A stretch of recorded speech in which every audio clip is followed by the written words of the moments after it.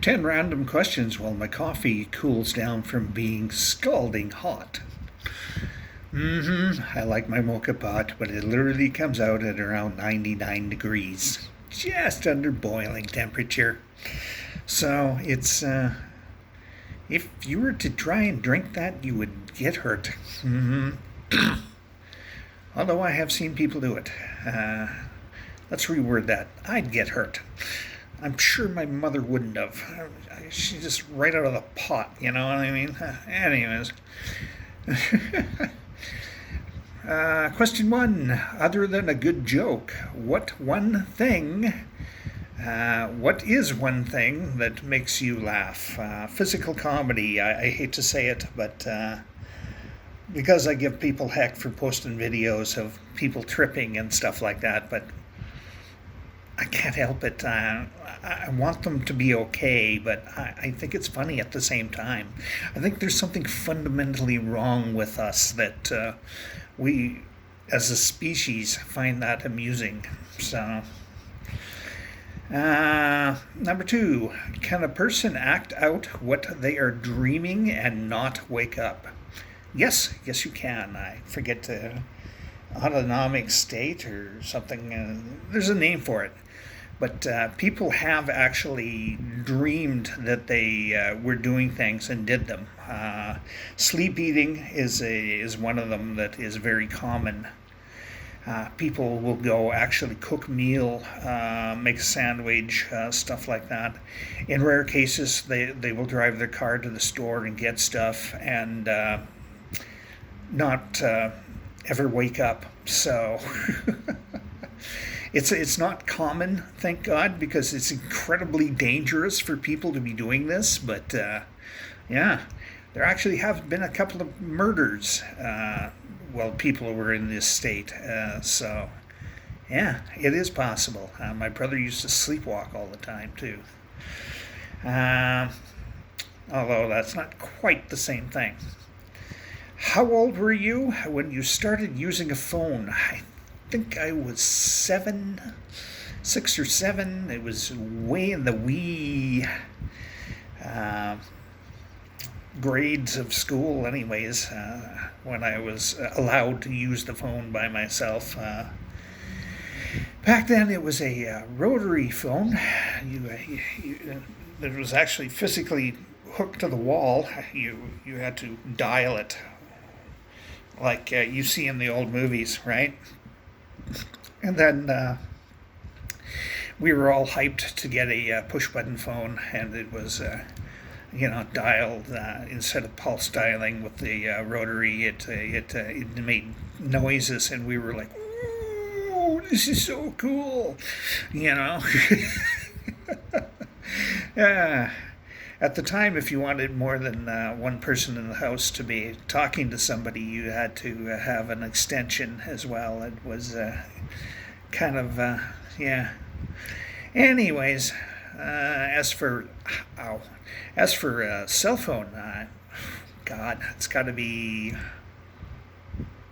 close to 20 years that I've owned a cell phone, I think. I used to have one just in case. It was one of those pay-as-you-go things. And then I got a plan and got rid of my landline. So it's got to be 15, 20 years that I've had a cell phone anyways. I'm not exactly sure. Shaky today. Shaky. What caused you the most emotional pain in your life? How long did it last?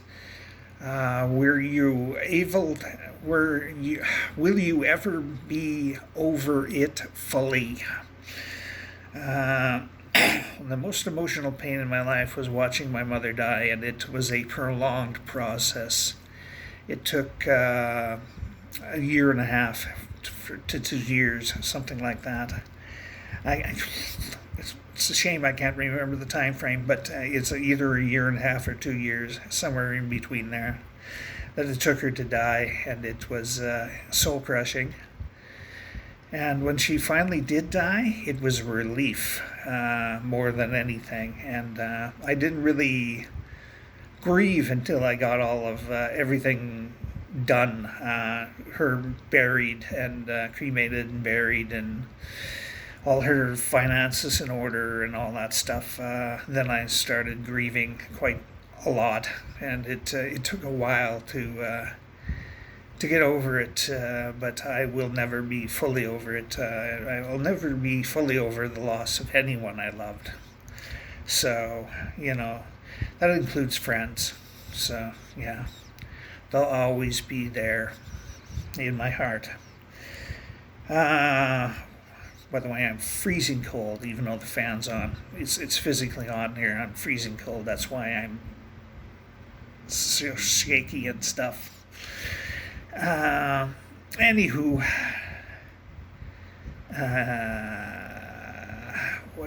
where the hell was I? Okay, question 5. What are you tired of explaining to others about yourself or your work? Invisible disability. You're not disabled. You're just overweight. You're not disabled. You're just lazy. They don't see, unless you're missing a leg or in a wheelchair, they don't think you're disabled. It's phenomenally strange to people, I guess. I don't know. They can't, unless it's happening to them, a lot of people can't empathize with what's going on to other people in their life, and they can't believe it unless it happens to them, basically. So, and it is tiresome to endlessly explain to people that, I can actually walk, but if I stand up for a long period of time, 15 minutes, for example, I'll be in pain for days. If I walk too much, I'll be in pain for days. If I lift anything, just grocery shopping is enough to make me almost pass out, so I don't do it anymore. How people, they don't get it, and I don't think they want to. So if is there something you do, you need to stop doing drinking. I need to never do that again. And go see my other channel. You'll see why. And part of the reason I'm shaking. Did myself a bad one. What is one recent thing that scared you? Waking up and realizing I drank an entire bottle of alcohol and ordered a pizza and ate a pizza and have no memory of doing any of it. That kind of scared the hell out of me.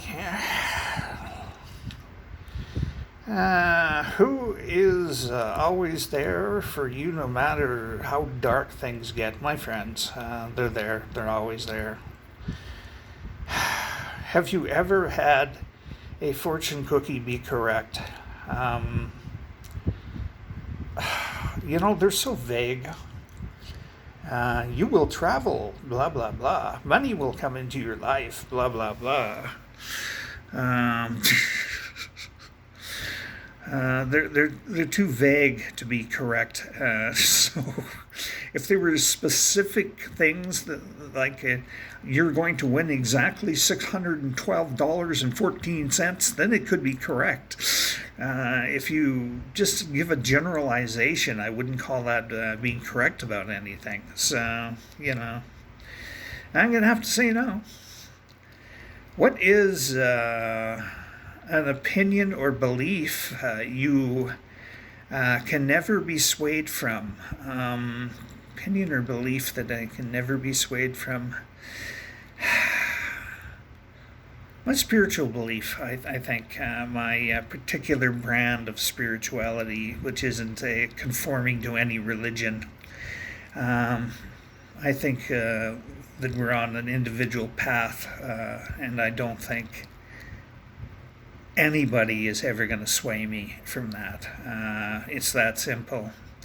But I thought about that when I was thinking that I was a Christian, that nobody could sway me from it, and I swayed myself. So Yeah, I don't think anybody's going to change my mind about that ever. Or my idea of the afterlife. I don't think they'll ever change my mind on that either. Anyways, that's it. That's all. Have a fabulous one and keep smiling.